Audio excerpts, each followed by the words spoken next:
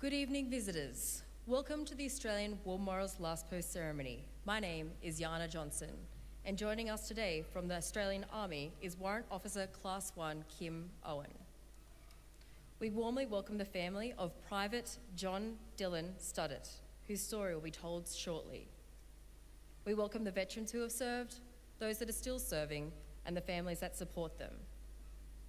We acknowledge the members of RSL and Services Clubs Association, RSL Victoria and RSL Queensland who are watching the broadcast of this ceremony across Australia. During this evening's ceremony, wreaths will be laid at the base of the pool of reflection by family and visitors to the memorial. Please stand and join in singing the national anthem.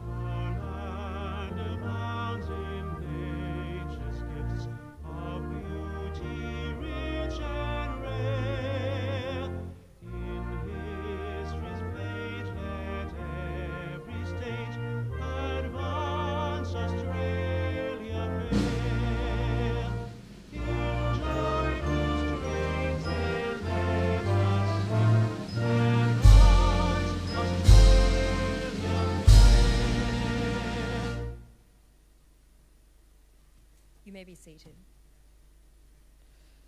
The Australian War Memorial was the vision of Charles Bean, Australia's First World War official historian.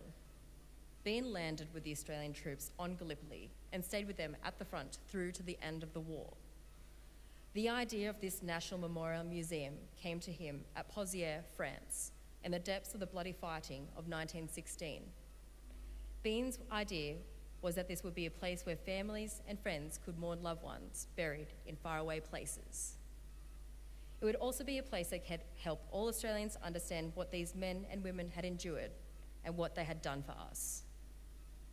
Bean's vision, to which he remained true, is best expressed as inscribed at the entrance to the memorial's galleries. Here is their spirit, in the heart of the land they love, and here we guard the record which they themselves made. Tonight, we'll read the story behind just one of those on the Roll of Honour, which lists the names of more than 102,000 men and women who have given their lives for us in war and operations for more than a century. But first we present a lament, Flowers of the Forest. Wreaths or floral tributes will now be laid at the base of the pool of reflection.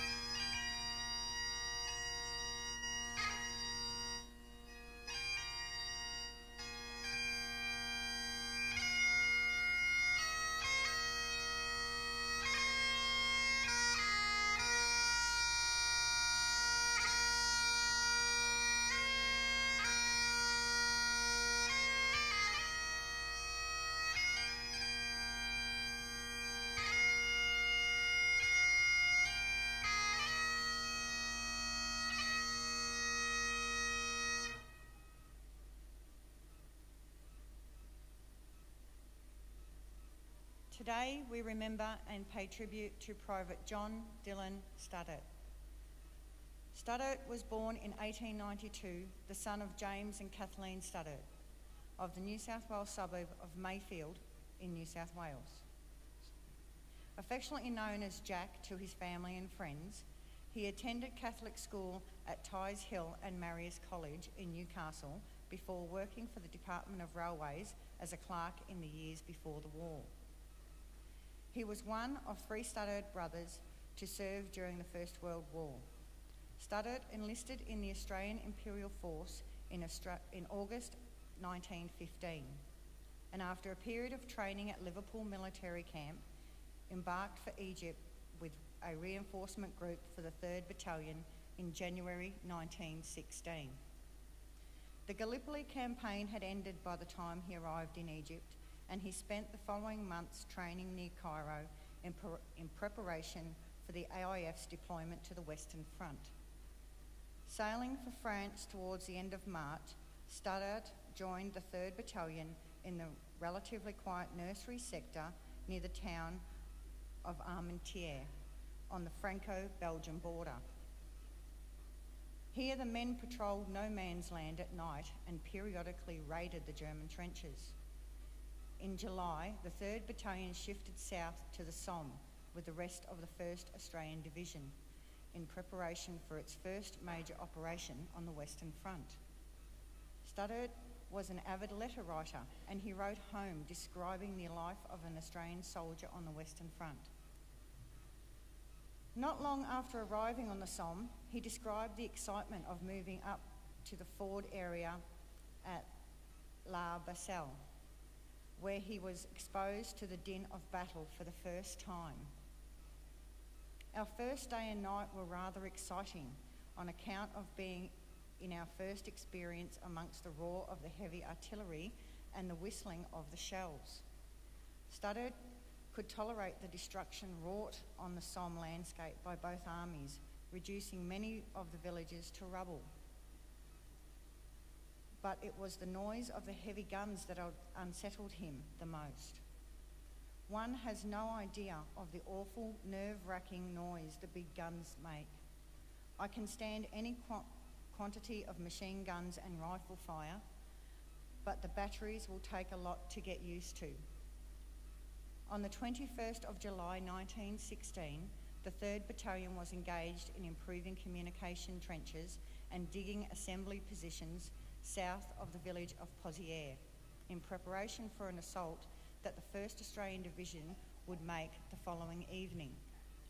Working mostly at night to avoid detection, the work parties were subjected to high explosives and shrapnel fire from German artillery that crashed down on the 3rd Battalion positions. One high explosive shell exploded amongst the work party, killing Studdert and 4 others. Aged 24 at the time of his death, he received a battlefield burial. The cross marking his grave was destroyed in later fighting, and his remains never recovered from the battlefield.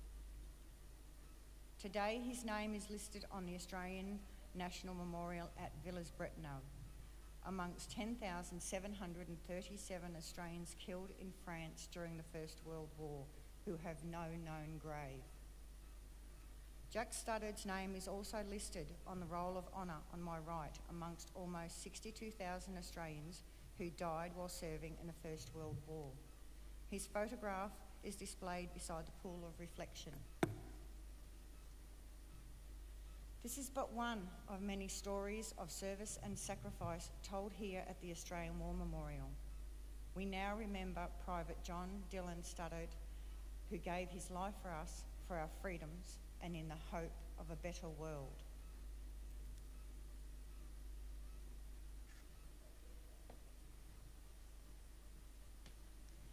Please stand for the reading of the Ode and the sounding of the last post.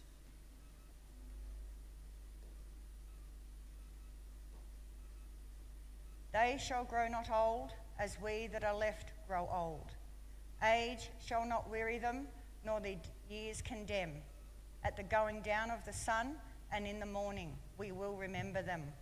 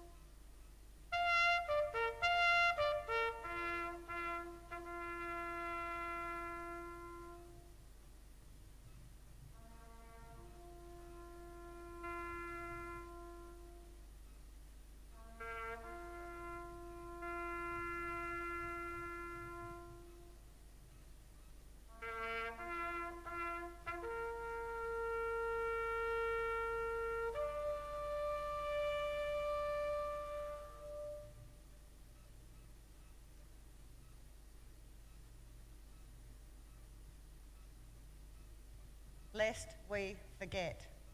Lest we forget.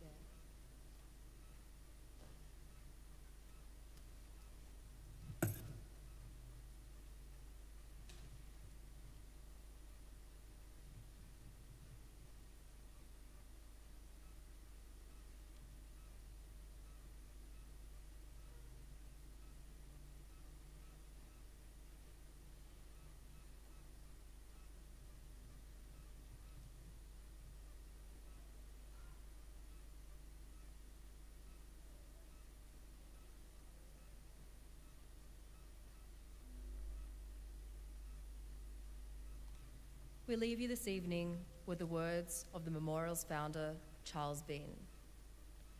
Many a man lying out there at Poziere, or in the low scrub at Gallipoli, with his poor tired senses barely working through the fever of his brain, has thought in his last moments, well, it's over. But in Australia, they will be proud of this. Ladies and gentlemen, girls and boys, that concludes the last post ceremony. We thank you for visiting the Australian War Memorial and we wish you a very good evening.